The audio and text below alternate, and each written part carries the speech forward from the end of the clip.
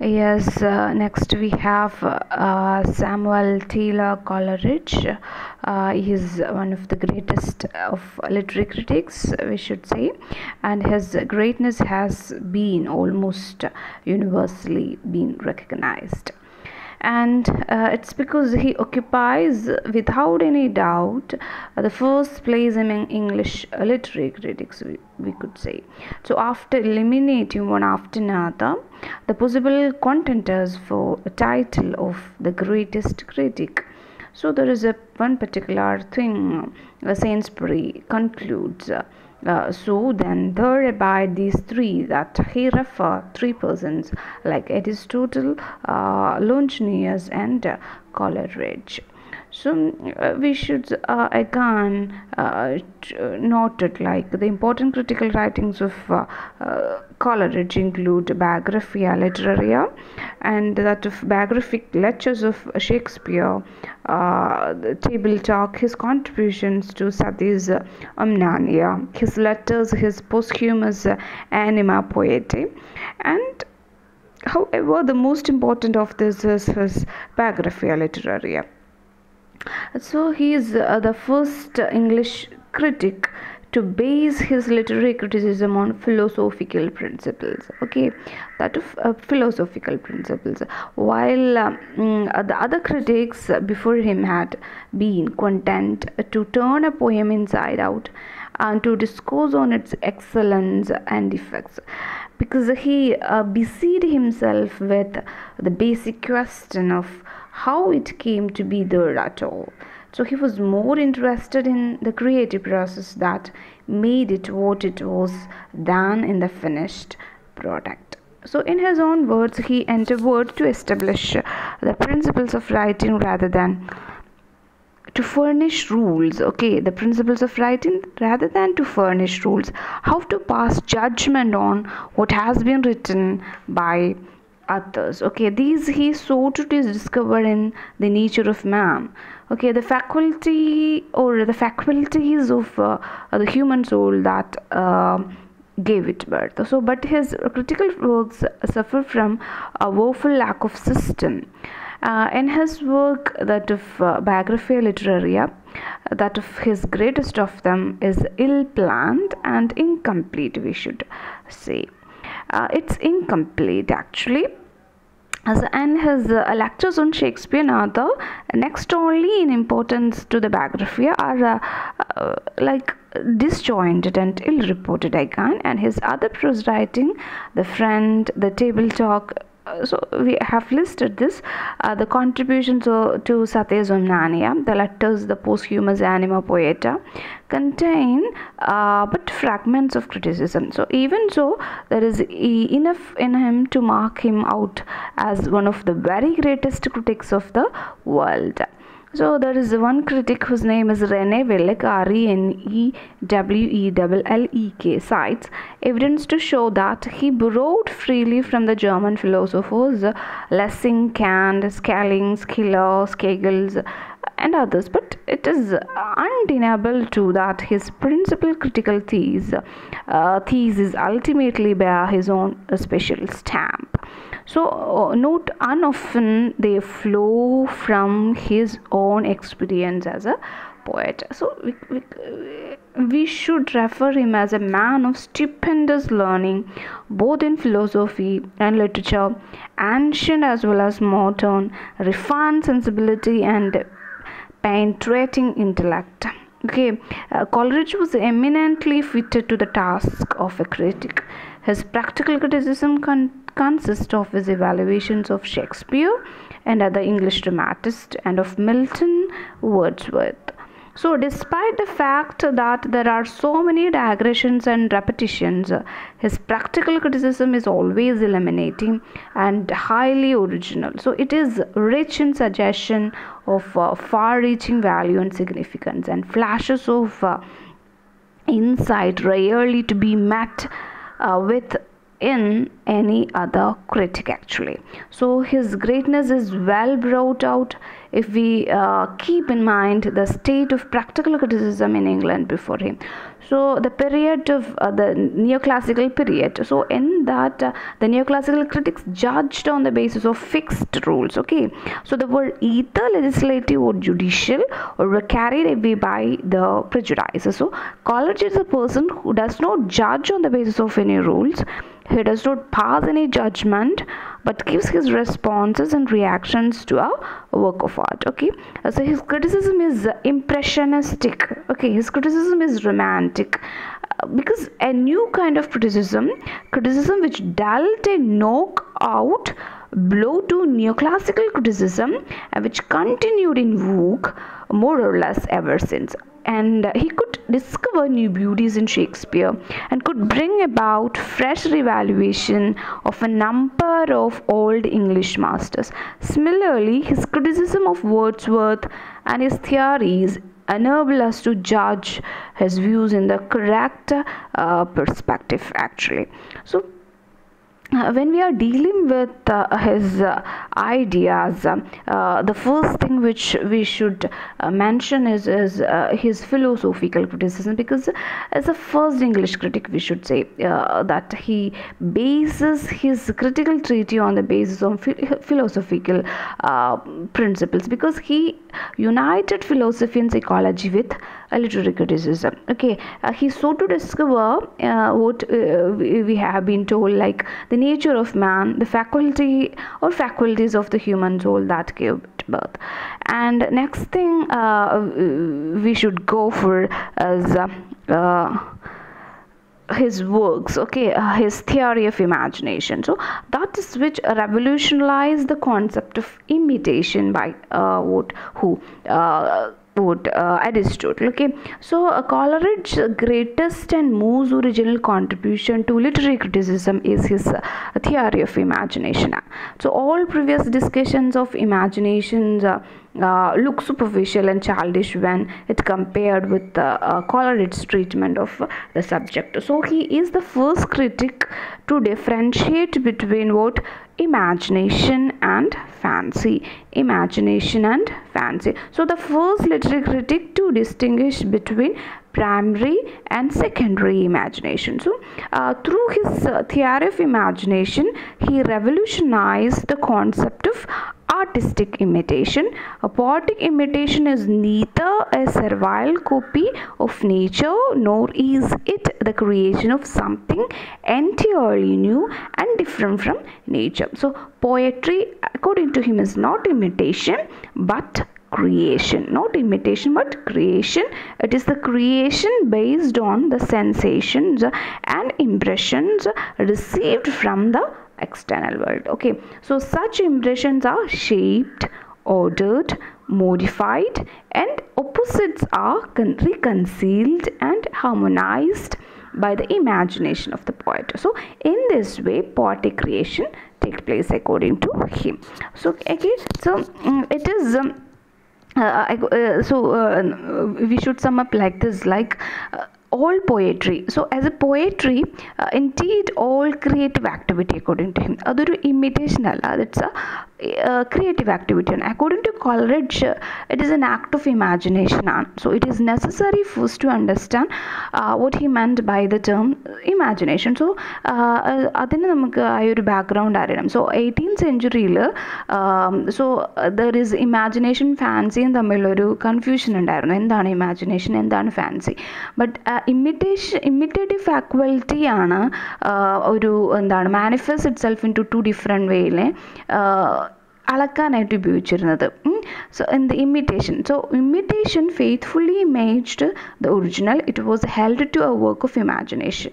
So and where it was substituted by something of poet's own invention. അപ്പം അത് imitation മാത്രമല്ല, there is something of poet's own invention അവിടെ ഉണ്ടെന്ന് മനസ്സിലായി, which bore but a distant likeness to the original, but it was held to be a work of fancy.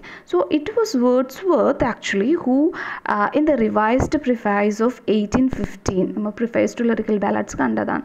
So അതിൻ്റെ അകത്ത് higher function ഇമാജിനേഷനും ഫാൻസിക്കൊക്കെ കൊടുത്തിട്ടുണ്ടായിരുന്നു ആ ഒരു പ്രിഫസിൽ.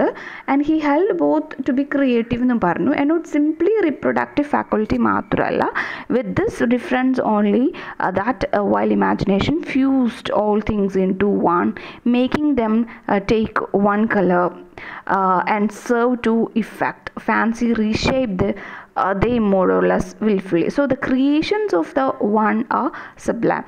അപ്പോൾ കോളറിഡ്ജ് അതിലെന്താ ചെയ്തതെന്നുണ്ടെങ്കിൽ, Coleridge owed his interest in the question of imagination to Wordsworth poetical practice. So അപ്പോൾ അതിൽ കടപ്പെട്ടിരിക്കുന്നുണ്ട്. പക്ഷേ വേർഡ്സ്വർത്ത് കോളറിഡ്ജ് ഇങ്ങനെ പറഞ്ഞു, I was in my 24th year എന്ന് പറഞ്ഞിട്ടാണ് അദ്ദേഹം പറഞ്ഞു തുടങ്ങുന്നത്.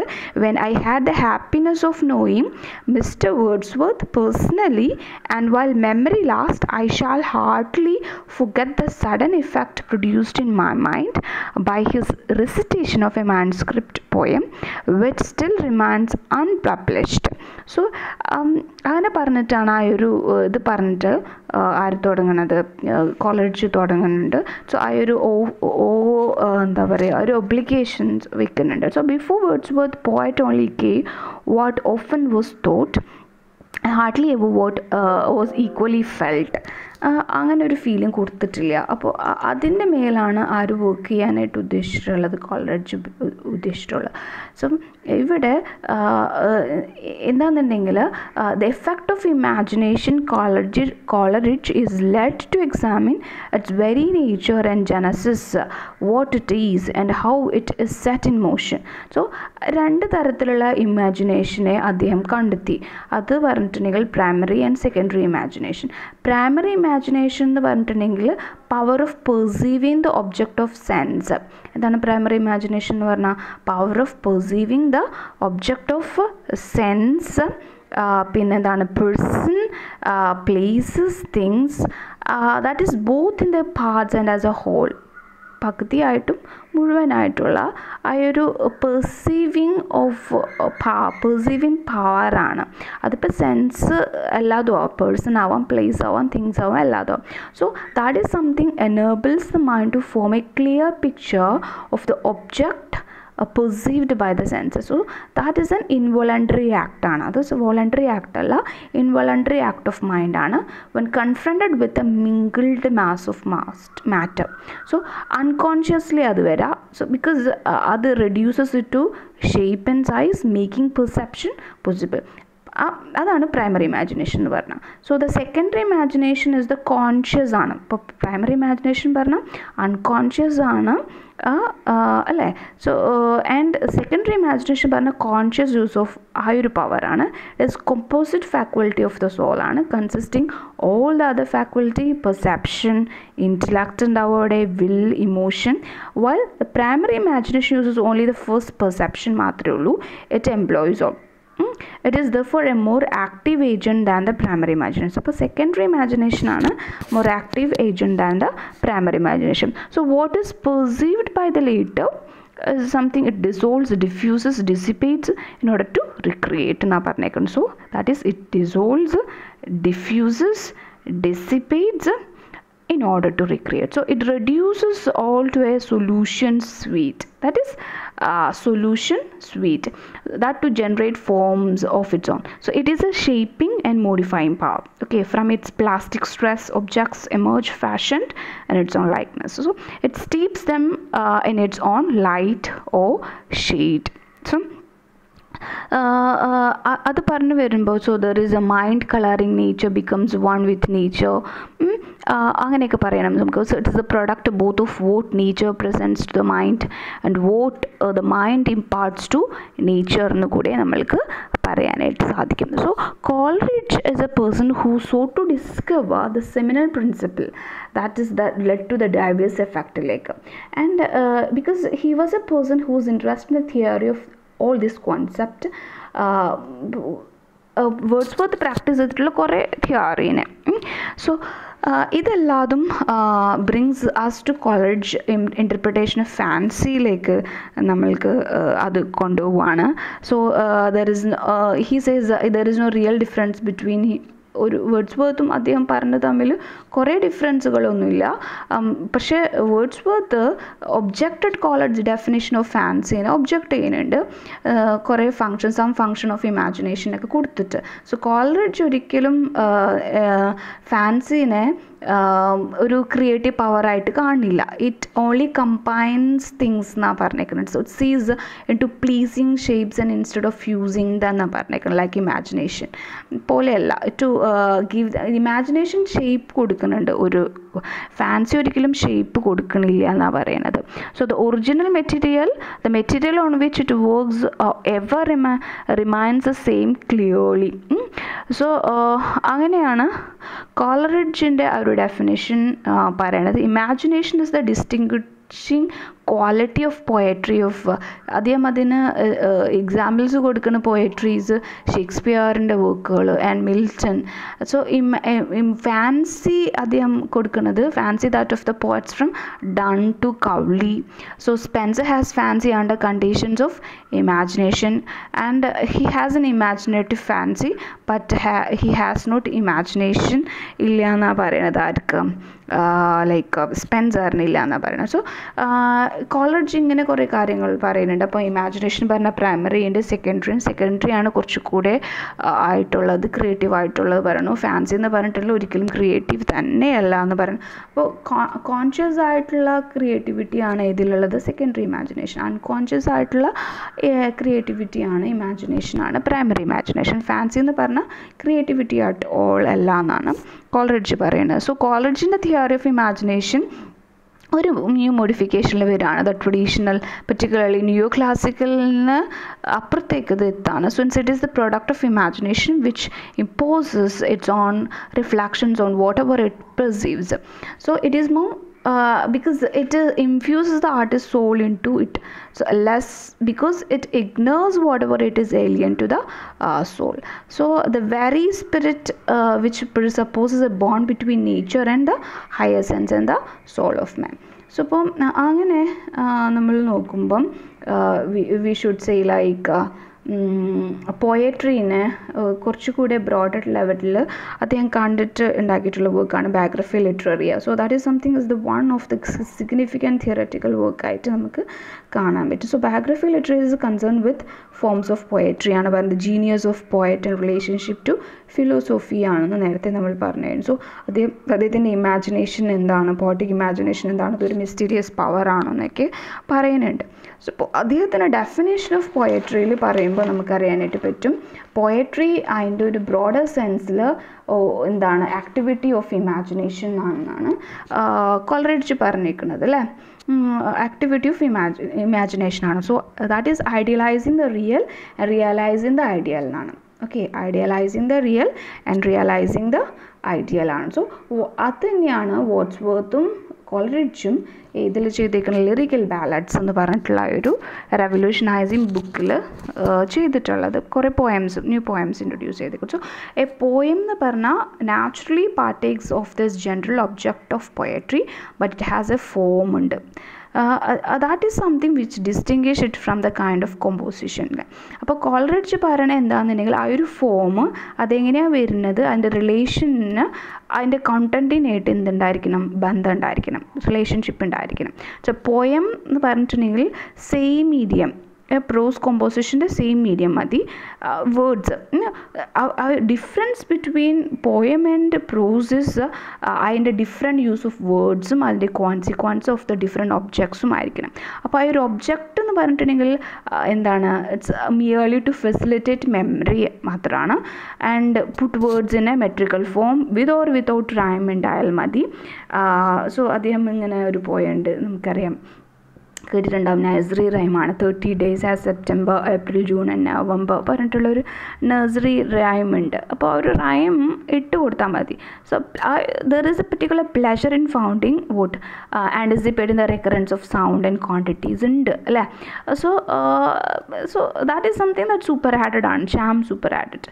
And but in such instances though the object proposed facilitate memory, it's a mere addition to metre and rhyme മാത്രമല്ല. സോ അതിൽ എന്തില്ല, there is no natural relations between rhyme and metre തമ്മിൽ അങ്ങനെ ഒരു ഇതില്ല. ആൻഡ് പിന്നെ നമ്മൾ കോളറിഡ്ജിനെ നോക്കുമ്പം മനസ്സിലാവേണ്ടത് അദ്ദേഹത്തിൻ്റെ ആ ഒരു പോയറ്റിക് ഡിക്ഷൻ ഇപ്പോൾ വേർഡ്സ്വർത്ത് പറഞ്ഞതിൽ നിന്ന് പുതുതായിട്ട് എന്തെങ്കിലും ഉണ്ടോ. സോ ഇപ്പോൾ ലാംഗ്വേജ് ഓഫ് പോയട്രി കോളറിഡ്ജ് കാണുന്നത് എങ്ങനെയാണെന്നുണ്ടെങ്കിൽ selection of real language, the very language of man എന്നൊക്കെ പറഞ്ഞായിട്ട് നമ്മൾ കണ്ടിട്ടുണ്ടായിരുന്നു. സോ എവറി മാൻസ് ലാംഗ്വേജ് എന്നൊക്കെയാണ് ആര് പറഞ്ഞത്, വേർഡ്സ്വർത്ത് പറഞ്ഞത്. അതിൽ നിന്ന് എന്തെങ്കിലും ഡിഫറൻസ് ഈ കോളറിഡ്ജ് പറഞ്ഞിട്ടുണ്ടോ എന്നുള്ളതാണ്. So real language of man ആയിരിക്കണം, omit the peculiarities of each, imitation ആണോ ഇതിൻ്റെ അകത്തുള്ളത്. സോ അപ്പോൾ ലാംഗ്വേജ് ഓഫ് പ്രോസിൻ്റെ അടുത്തുനിന്ന് കുറച്ച് ഡിഫറൻസ് ഉണ്ടായിരിക്കണം, ദാറ്റ് ഔ ടു ഡിഫർ എന്നുള്ളതാണ് കോളറിഡ്ജ് പറയണത്. So from the language of കോൺവെർസേഷനും ആവാനും പാടില്ല. So the words prose and poetry use are the same ആണ്, പക്ഷേ അവർ arrangements in each is often different ആയിരിക്കണം. So there are sentences which would be equally in the place both in verse and prose ഒരേപോലെ ആയിട്ടുള്ളതുണ്ടാകും. But the point to consider എന്താണ് അത് there are ought to be say Coleridge for a stated earlier. So ഇദ്ദേഹം പറയണത് എങ്ങനെയാണ് ആ ഒരു ഇതിന്, I write in metre because I am about to use a language different from that of prose. അപ്പോൾ അതിന് വേണ്ടിയിട്ട് പ്രോസിൽ നിന്ന് പോയട്രീനെ മാറ്റാനായിട്ട് അദ്ദേഹം യൂസ് ചെയ്തേക്കുന്നത് എന്താണ്, ലൈക്ക് എന്താണ് മീറ്റർ ആണെന്നാണ് കോളറിഡ്ജ് പറയണത്. സോ അദ്ദേഹത്തിൻ്റെ വേറൊരു തിയറിയാണ് വില്ലിംഗ് സസ്പെൻഷൻ ഓഫ് ഡിസ്ബിലീഫ്. അത് നമ്മൾ നെഗറ്റീവ് കേപ്പബിലിറ്റിയിൽ കണ്ടായൊരു ഐഡിയ തന്നെയാണ് ഇതിൽ പോണത്. ഇതിൽ പറഞ്ഞിട്ടുണ്ടെങ്കിൽ significant advance over earlier theories on the subject. His views that ഇപ്പം നമ്മൾ സ്റ്റഡി നടത്താണ് ഒരു പോയത്തിനെ, ഒരു പ്ലേ നമ്മൾ കണ്ടുകൊണ്ടിരിക്കുകയാണ്. നീദർ ബിലീഫ് നോർ ഡിസ്ബിലീഫ്, നമ്മളത് വിശ്വസിക്കുകയെ ഒരു സസ്പെൻഷൻ ഓഫ് ഡിസ്ബിലീഫ് നമ്മളവിടെ കൊടുക്കണം. So that is universally accepted as correct ആവാം. സോ അതിൽ കോൺട്രവേഴ്സി ഉണ്ടായിരിക്കും. ഇപ്പം നമ്മൾ പറയില്ല കഥയിൽ ചോദ്യത്തിൽ നമ്മൾ നെഗറ്റീവ് കേപ്പബിലിറ്റി പറഞ്ഞ ആ ഒരു സെയിം ഐഡിയയിൽ പോകുന്ന ഒരു തിയറിയാണ് വില്ലിംഗ് സസ്പെൻഷൻ ഓഫ് ഡിസ്ബിലീഫ് എന്ന് പറഞ്ഞ അദ്ദേഹത്തിൻ്റെ തിയറി. പിന്നെ അദ്ദേഹത്തിൻ്റെ ആ പോയറ്റിക് ജീനിയസിനെ നമ്മൾ കാണുമ്പം നമുക്ക് അതുകൂടെ കാണാനുണ്ട്. അപ്പോൾ ഇത്രയേ ഉള്ളൂ നമുക്ക് ഇദ്ദേഹത്തിലെ തിയറി ഓഫ് ഇമാജിനേഷൻ എന്താണ്, fancy imagination, primary imagination, secondary imagination and poetic genius of S T കോളറിഡ്ജിൻ്റെ കാണാം. അപ്പോൾ നമ്മൾ കണ്ടു ഇമാജിനേഷൻ രണ്ട് വിധത്തിൽ അദ്ദേഹം ഡിവൈഡ് ചെയ്തു. പ്രൈമറി ഇമാജിനേഷൻ ഉണ്ട്, സെക്കൻഡറി ഇമാജിനേഷൻ ഉണ്ട്. പ്രൈമറി ഇമാജിനേഷൻ നമ്മൾ കണ്ടിട്ടുണ്ടെങ്കിൽ ടാക്സ് ഡിപ്പെൻഡ്ലി ഓൺ ഹ്യൂമൻ വില്ലാണ്, it represent the basic agency of human awareness ആണ്. പ്രൈമറി ഇമാജിനേഷൻ പറഞ്ഞിട്ടുണ്ടെങ്കിൽ every human being, because it's a living power of human perception, it's a common faculty of a human person. because നമ്മൾ കണ്ടു conscious അല്ല, unconscious ആയിട്ടുള്ള involuntary ആണെന്ന് കണ്ടു അല്ലേ. So necessary imagination ആണ്, കോൺഷ്യസ്നെസ് ഷെയർഡ് ബൈ ഓൾ മാൻ ആണ്. വളരെ സെക്കൻഡറി ഇമാജിനേഷൻ ലിമിറ്റഡ് ടു പോയിറ്റ്സിന് മാത്രം ഉണ്ടാവണം. സോ ഡിപ്പെൻഡാലിറ്റി ഓഫ് ഹ്യൂമൻ വില്ലാണ് അവിടെ കാണിക്കുന്നത്, കോൺഷ്യസ് യൂസ് ഓഫ് ഹ്യൂമൻ പവറാണ് അവിടെ കാണിക്കുന്നത്. സോ അതൊരു ക്രിയേറ്റീവാണ്, creative gift of possessed by the poets ആണ്. സിംബോളിക് ആയിരിക്കും കൂടുതൽ, എന്താ ഫോമാണ് കൂടുതലായിട്ട് നമുക്ക് കാണിക്കുക. ഒരു യൂണിവേഴ്സൽ ഡിവിനിറ്റി, ട്രൂത്ത്, മൊറാലിറ്റി ഒക്കെ നമുക്ക് കാണിക്കും. കോൺഷ്യസ് വർക്കിംഗ് ആണ് പറയുന്നത്. So conscious act of imagination ആണ് അത് പറഞ്ഞിട്ടുണ്ടെങ്കിൽ. ആൻഡ് ഫാൻസീനെ അദ്ദേഹം പറഞ്ഞു നമ്മൾ കണ്ടു. സോ സെക്കൻഡറി ഇമാജിനേഷനിൽ ഫാൻസീനായിട്ട് അദ്ദേഹം ഒരു ഡിസ്റ്റിങ്ഷൻ വരുത്തുന്നുണ്ട്. So Coleridge introduce a concept of fancy. Fancy is a loose form of imagination എന്നാണ് കോളറിഡ്ജ് പറയുന്നത്. Because it has no other counters to play with, but ഫിക്സിറ്റീസും ഡെഫിനിറ്റീസും മാത്രമാണ് അതിനുള്ളത്. മെക്കാനിക്കൽ ആയിരിക്കും, ഇമിറ്റേറ്റീവ് ആയിരിക്കും റാദർ. സോ അപ്പോൾ ഫാൻസി കോളറിഡ്ജിൻ്റെ അഭിപ്രായത്തിൽ പാസീവായിട്ടുള്ള മെക്കാനിക്കൽ ആയിട്ടുള്ളതിന് വേണ്ടിയിട്ടാണ് യൂസ് ചെയ്യുന്നത് ഫാൻസി. സോ കോളറിഡ്ജിൻ്റെ ഫാൻസി ഒരിക്കലും ഒരു പോയറ്റിക് ജീനിയസ് ആയിട്ട് അട്രിബ്യൂട്ട് ചെയ്യാനായിട്ട് സാധിക്കില്ല. ഇമാജിനേഷൻസ് സോളാണ്, മെക്കാനിക്കൽ മിക്സ്ചറിനെ ആയിട്ടാണ് അദ്ദേഹം പറയുന്നത്. അപ്പോൾ പിന്നെ കോളറിഡ്ജിന് ഈ പ്രൈമറി സെക്കൻഡറി കഴിഞ്ഞിട്ട് നമ്മൾ അദ്ദേഹത്തിൻ്റെ ഒരു പോയറ്റിക് ജീനിയസിനെ കാണുമ്പം Coleridge distinguish between genius and talent ആ രണ്ട് കാര്യങ്ങൾ അദ്ദേഹം ഡിസ്റ്റിങ്വിഷ് ചെയ്യുന്നുണ്ട്. ടാലൻറ്റ് എന്താണ്, ജീനിയസ് എന്താണെന്ന് പറഞ്ഞു കേട്ടുള്ളത്.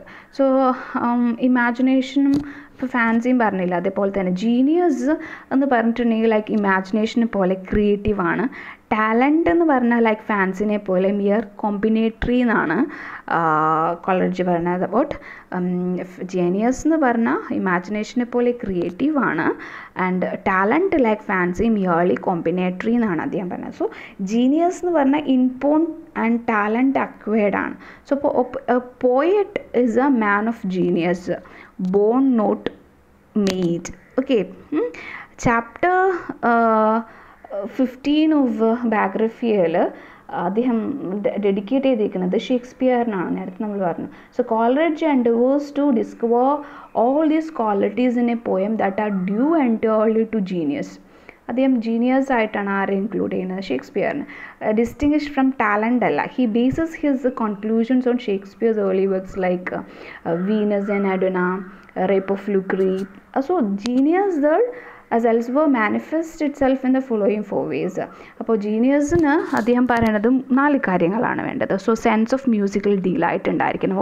സെൻസ് ഓഫ് മ്യൂസിക്കൽ ഡിലൈറ്റ് വേണം. സോ അപ്പോൾ ഒരു പെർഫെക്റ്റ് സ്വീറ്റ്നെസ് ഓഫ് വേഴ്സിഫിക്കേഷൻ അദ്ദേഹത്തിന് ഉണ്ടായിരിക്കണം. That is first, sense of musical delight ഉണ്ടായിരിക്കും. രണ്ടാമത്തെ കാര്യം വേണ്ടത് ഒരു ജീനിയസിന് ഒബ്ജക്റ്റിവിറ്റിയാണ് ആവശ്യം. സോ ചോയ്സ് ഓഫ് സബ്ജക്ട്സ് അദ്ദേഹം എടുക്കുന്ന ചോയ്സ് ഓഫ് സബ്ജക്ട്സ് റൈറ്ററിൽ നിന്ന് മാറ്റി നിൽക്കുന്ന നേരെ ഓപ്പോസിറ്റാണ് വേർഡ്സ്വർത്തിൻ്റെ. ആൻഡ് സെൽഫിനെ അറിയണം, എന്നാൽ പോലും ഒരു അലൂഫ്നെസ്, ഒരു വേർതിരിവ് അവിടെ ഉണ്ടാവണം. So he says like his methods of his gods own ആയിരിക്കണം. Though present everywhere in his creation and his nowhere visible ആയിരിക്കണം. അപ്പോൾ തേർഡ് വൺ പറയുന്നത് shaping and modifying power of imagination. Okay, ഒരു പോയറ്റിൻ്റെ pictures of life are not faithful copy അല്ല, accurately rendered in words ആവണം എന്നില്ല. So അത് become poetic ആയി മാറണത് only as where as they are modified by a predominant passion അതിൽ കൊടുക്കുമ്പോഴാണ്. Predominant passion പറഞ്ഞിട്ടുണ്ടെങ്കിൽ അത് എന്തൊക്കെ അസോസിയേഷൻസും തോട്ട്സും ഇമാജിനേഷൻസും ഒക്കെ ആ പാഷനെ ഉണർത്തുന്ന കാര്യങ്ങളുണ്ടാവും. When they have an effect of reducing multitude to unity or succession to an instant or lastly when a human and intellectual life is transferred ചെയ്യുന്ന പോലെ എത്തണം. സോ അങ്ങനെ ആകുമ്പോൾ മാത്രമേ അതിനുണ്ടാവുള്ളൂ. ആ ഒരു shaping modifying power of imagination അതിന് ഉണ്ടായിരിക്കണം എന്ന് പറയുകയാണ് കോളറിഡ്ജ്. അപ്പം നാലാമത്തെ കാര്യം ഡെപ്ത് ആൻഡ് എനർജി ഓഫ് തോട്ടും ഉണ്ടായിട്ടുണ്ടെങ്കിൽ ഒരു ജീനിയസ് പറയും. സോ വേർഡ്സ്വർത്ത് പറഞ്ഞിരുന്നത് poems to which any value can be attached were never produced on a variety of subjects but by man. So ഇപ്പോൾ കോളറിഡ്ജിന് സെയിം ഒപ്പീനിയൻ തന്നെയാണ്. അദ്ദേഹം പറയണത് ഇങ്ങനെ, no man was ever yet a great poet without being at the same time a profound philosopher അല്ലാതെ. അപ്പോൾ കോളറിഡ്ജിനും വേർഡ്സ്വർത്തും poetry is what more struck Coleridge and Wordsworth, a union of deep feeling with profound thought തന്നെയാണ്. When it is this and not merely spontaneous overflow of powerful feelings, it's not only pleases but elevates. അപ്പോൾ ഒരു profound thought അവിടെ ഉണ്ടാവണം. അപ്പോൾ genius എന്ന് പറഞ്ഞിട്ടുണ്ടെങ്കിൽ Coleridge പറയുന്ന 4 criteria: sense of musical delight വേണം, ആൻഡ് ഒബ്ജക്റ്റിവിറ്റി ഉണ്ടായിരിക്കണം, shaping and modifying power of imagination ഉണ്ടായിരിക്കണം, and that of depth of energy thoughts അവിടെ വേണം എന്നാണ് അവർ പറയണത്, കോളറിഡ്ജ് പറയണത്. ഓക്കെ, കോളറിഡ്ജിന് പിന്നെ നമ്മൾ കണ്ടിട്ടുണ്ടെങ്കിൽ ലൈക്ക് ഇറ്റ്സ് ഹിസ് ക്രിറ്റിസിസം നമുക്ക് കാണാൻ പറ്റുന്നത് ഒരു വേർച്വൽ മാത്രമല്ല, സോ അത് ഡെമോൺസ്ട്രേറ്റ് ചെയ്യണത്.